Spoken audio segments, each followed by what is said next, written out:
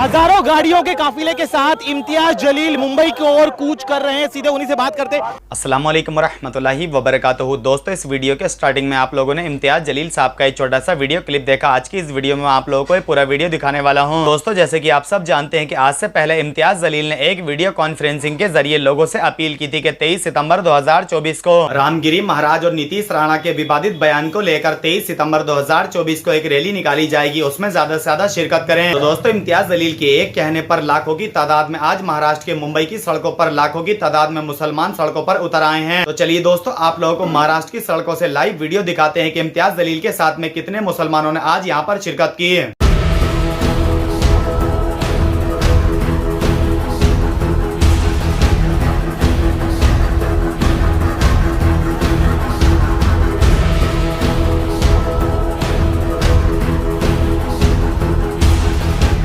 हजारों गाड़ियों के काफिले के साथ इम्तियाज जलील मुंबई की ओर कूच कर रहे हैं। सीधे उन्हीं से बात करते हैं। इम्तियाज जी, आखिर क्या वजह हुई कि आपको इस तरह से औरंगाबाद से मुंबई जाना पड़ रहा है? देखिए, मैं सिर्फ औरंगाबाद से नहीं, आज पूरे महाराष्ट्र से लोग इकट्ठा हुए हैं।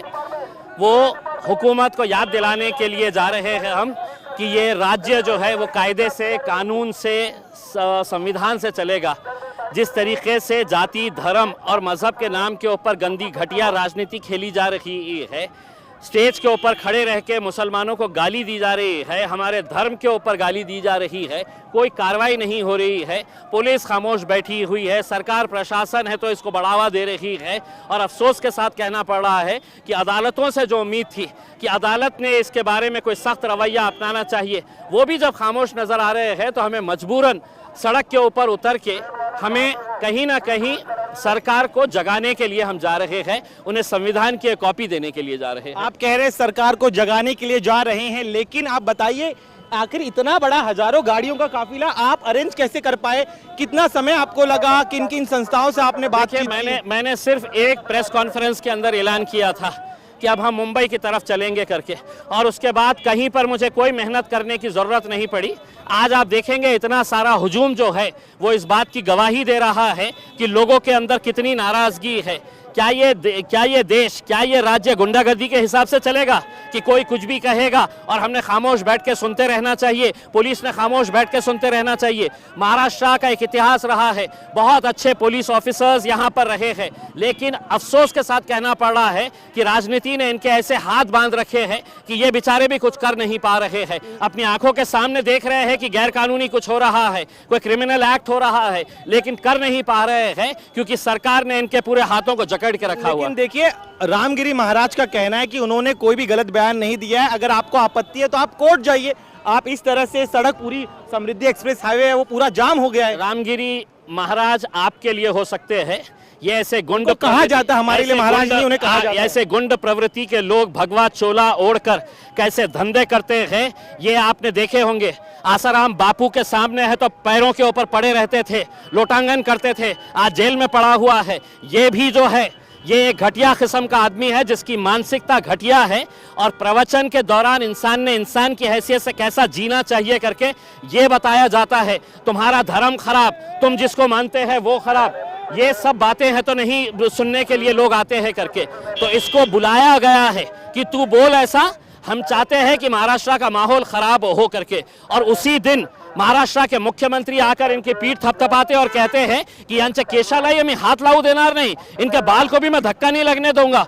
सोचिए, जो मानसिकता इसकी है वही मानसिकता सरकार की भी है। आप कह रहे हैं सरकार जो है रामगिरी महाराज का साथ दे रही है, लेकिन दूसरी दलील, खासतौर पर मुख्यमंत्री का एक बयान भी मैं आपको याद दिला दूं, जब उन्होंने कहा था कि इनके बाल को भी जो है हम ठेस पहुंचने नहीं देंगे। ऐसे में क्या इस तरह से इतना बड़ा काफिला लेकर जाना एक तरह से सरकार पर दबाव बनाने की रणनीति आप? बिल्कुल, सरकार सोने का नाटक कर रही है। हम सरकार को जगाने के लिए और एक संविधान की कॉपी उन्हें गिफ्ट करने के लिए आए हैं कि आपका हमारा देश, हमारा राज्य जो है, महाराष्ट्र की एक संस्कृति हुआ करती थी। छत्रपति शिवाजी महाराज, छत्रपति संभाजी महाराज, फुले, शाहू, अंबेडकर, पुरोगामी महाराष्ट्र कहते थे। आज उसी महाराष्ट्र की हालत आपने क्या कर दी है? सिर्फ आपने राजनीतिक घटिया सिर्फ कुर्सी हासिल करने के लिए आप दंगे भड़काना चाहते हैं, आप माहौल ख़राब करना चाहते हैं, आप हर एक को छोड़ दिए हैं स्टेज के ऊपर कि जाओ गाली दो जिसको देना है, हम तुम्हें हाथ नहीं लगने देंगे, बल्कि तुम्हारी सुरक्षा और बढ़ाएंगे हम। बिल्कुल आप कह रहे, देखिए ये आपकी दलील, लेकिन एक और आरोप ये भी आप पर लग रहा है, चूंकि लोकसभा चुनाव में एमआईएम का बड़ा वोट बैंक जो था वो उनके हाथ से छिटक गया और अब विधानसभा चुनाव करीब है, इसीलिए इम्तियाज जलील फिर एक बार अपने वोट बैंक को आपकी गलत जानकारी है। एमआईएम ने कितने सीटें लड़ी है महाराष्ट्र के अंदर, आप ये बताइएगा। उसमें हमने यहाँ पर ये जो लोग जमा हुए हैं ये कोई एमआईएम के पूरे कार्यकर्ता है ऐसा नहीं है। हमने लोगों से कहा था कि तुम किस राजनीतिक पार्टी से ताल्लुक़ रखते हैं, कौन सी तुम्हारी जमात है, तंजीम है, हमें कोई लेना देना नहीं है।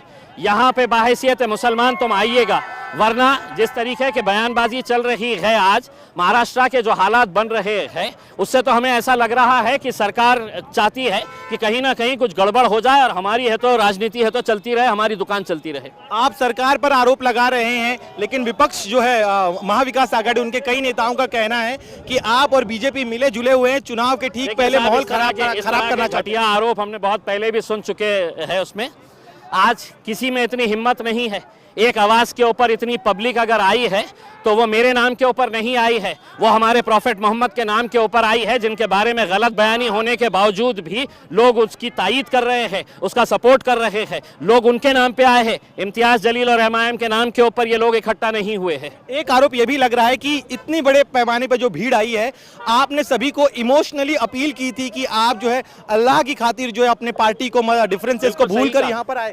क्या एक तरह आपका सही है, क्योंकि मैंने जब ये ऐलान किया था तो सबसे पहले आलोचना जो है वो करने वाले कांग्रेस के और राष्ट्रवादी कांग्रेस के मुसलमान थे। वो मुसलमान थे जो आज के दिन उद्धव ठाकरे के साथ जुड़े हुए हैं। उन्हें ऐसा लगता था कि मैं कोई राजनीति कर रहा हूँ। मैंने हाथ जोड़कर लोगों से कहा कि मैं तुमसे अपील करता हूँ, हाथ जोड़कर अपील करता हूँ कि एक मर्तबा हम अपने राजनीतिक मतभेद साइड में रखेंगे और बाहैसियत मुसलमान हम आएंगे यहाँ पर सड़क के ऊपर, क्योंकि ये मेरा भी देश है, ये मेरा राज्य है, उसमें मुझे भी गर्व है आज भारतीय मुसलमान होने की हैसियत से। आप मुझे किस तरीके से, मैं क्या गालियाँ सुनने के लिए आपके बैठा हुआ हूँ यहाँ पे? कोई कायदा कानून नहीं है। जो कानून है तो नारायण राणे के लड़के के खिलाफ के लिए है, वही कानून मेरे लिए है। अगर वो बोल सकता है तो मैं भी बोल सकता हूँ, उससे अच्छा बोल सकता हूँ। लेकिन आप लगातार दलील दे रहे हैं कि आपकी संस्कृति में नहीं है, सिखाया नहीं गया है, इसीलिए आप भड़काऊ बयान नहीं दे रहे हैं। लेकिन दूसरी तरफ जो आपके विरोधी है वो कह रहे हैं कि आज सही मायनों में एमआईएम जो है वो पूरे दल बल के साथ मुंबई पहुंच रही है और आज तक कभी देखा नहीं गया कि इतने बड़े पैमाने पर इतने संख्या में लोग मुंबई कूच करे हजारों गाड़ियों के साथ। देखिए, मैंने पहले ही कहा था पहली प्रेस कॉन्फ्रेंस के अंदर कि महाराष्ट्र के इतिहास की ये सबसे बड़ी रैली होगी। लेकिन जैसे जैसे ये काफिला बढ़ता गया, मैं आपको यकीन के साथ कहता हूं कि हिंदुस्तान के इतिहास के अंदर इतनी बड़ी रैली आपने देखे नहीं होंगे जो आज मुंबई पहुंचे तक लोग अलग अलग इलाकों से हमें जोड़ने वाले। लेकिन अगर आपको मुंबई तक पहुंचने नहीं दिया गया तब क्या निकले तो सही है, निकले तो सही है। हर रोज हमारा संघर्ष का दिन है, हर रोज हम लड़ते रहते हैं, आज भी लड़ेंगे, संघर्ष करेंगे। हमारा मकसद जो है पहुंचाने का, वो पहुंचाने की कोशिश करेंगे। राजनीतिक दलों के झंडे को लाने से आपने क्यों इनकार किया? क्या आपके एक रणनीति का हिस्सा था? बिल्कुल, हमने ये कहा था कि ये कोई राजनीति का मामला नहीं है, ये हमारे मजहब से, हमारे धर्म से जुड़ा हुआ मुद्दा है, ये इंसानियत से जुड़ा हुआ मुद्दा है। प्रॉफेट मोहम्मद जो है वो इंसानियत का पैगाम दिए है और आप इस तरह की बयानबाजी करते हैं। 60 FIR रजिस्टर होने के बावजूद भी कोर्ट का काम नहीं था अदालत का कि अदालत ने पुलिस से पूछना कि चार्जशीट कितने उसमें फाइल हुई है, क्या एक्शन लिया गया है करके। उसमें पुलिस खामोश बैठी हुई है, हाथ बांध दिए गए हैं। IPS ऑफिसर डरे हुए हैं कि कहीं पर हमें कोई नक्सलाइट एरिया के अंदर ट्रांसफर कर देगा, तो कोई कुछ कर नहीं रहा है। चलिए, एक आखिरी सवाल मेरा, यहाँ पे जो पीछे भीड़ दिखाई दे रही है, इस भीड़ के बारे में बताइए। कहाँ कहाँ किन किन इलाकों से ये तमाम लोग पहुंचे? महाराष्ट्र के कोने कोने से, छोटे छोटे गाँव से तक लोगों ने, जिनके पास पैसा नहीं था वो लोगों ने है तो थोड़े थोड़े पैसे जमा करके है तो ये गाड़ियां लिए हैं और गाड़ियां लेकर है तो उन्होंने ये समर्थन आपको आगामी चुनाव में भी दिखाई देगा? मेरा चुनाव से इस मुद्दे का कोई संबंध नहीं है, कोई संबंध नहीं है, आपको साफ तरीके से बताना चाहता हूं मैं। तो दोस्तों, इस वीडियो में आप लोगों ने अपनी आंखों से देखा कि इम्तियाज जलील के एक बार कहने पर लाखों की तादाद में महाराष्ट्र की सड़कों पर उनके साथ में मुसलमान उतर आए हैं। दोस्तों, इम्तियाज जलील के साथ में चलने वाले लाखों मुसलमानों का काफिला अब कुछ ही देर में मुंबई पहुंचने वाला है। इस काफिले के मुंबई पहुंचने के बाद इम्तियाज जलील CM शिंदे को संविधान की एक कॉपी सौंपने वाले हैं। दोस्तों, आप लोगों को बता दें कि इम्तियाज जलील की तरफ से लाखों लोगों की निकाली गई ये तिरंगा यात्रा रामगिरी महाराज और नीतीश राणा के विवादित बयान को लेकर निकाली गई है। इस रैली के अंदर इन दोनों ही की गिरफ्तारी की मांग उठाई गई है। फिलहाल दोस्तों, दोस्तों आप लोग इस पूरे मामले को लेकर क्या राय रखते हैं, अपनी कीमती राय कमेंट बॉक्स में जरूर दें और इस वीडियो को लाइक करके तमाम दोस्तों रिश्तेदारों के साथ में आगे जरूर शेयर कर दें ताकि ये खबर और लोगों तक भी पहुंच सके। तो दोस्तों मिलता हूं आपसे एक और किसी आने वाले नई वीडियो में, जब तक के लिए दुआओं की दरख्वास्त। अल्लाह हाफिज।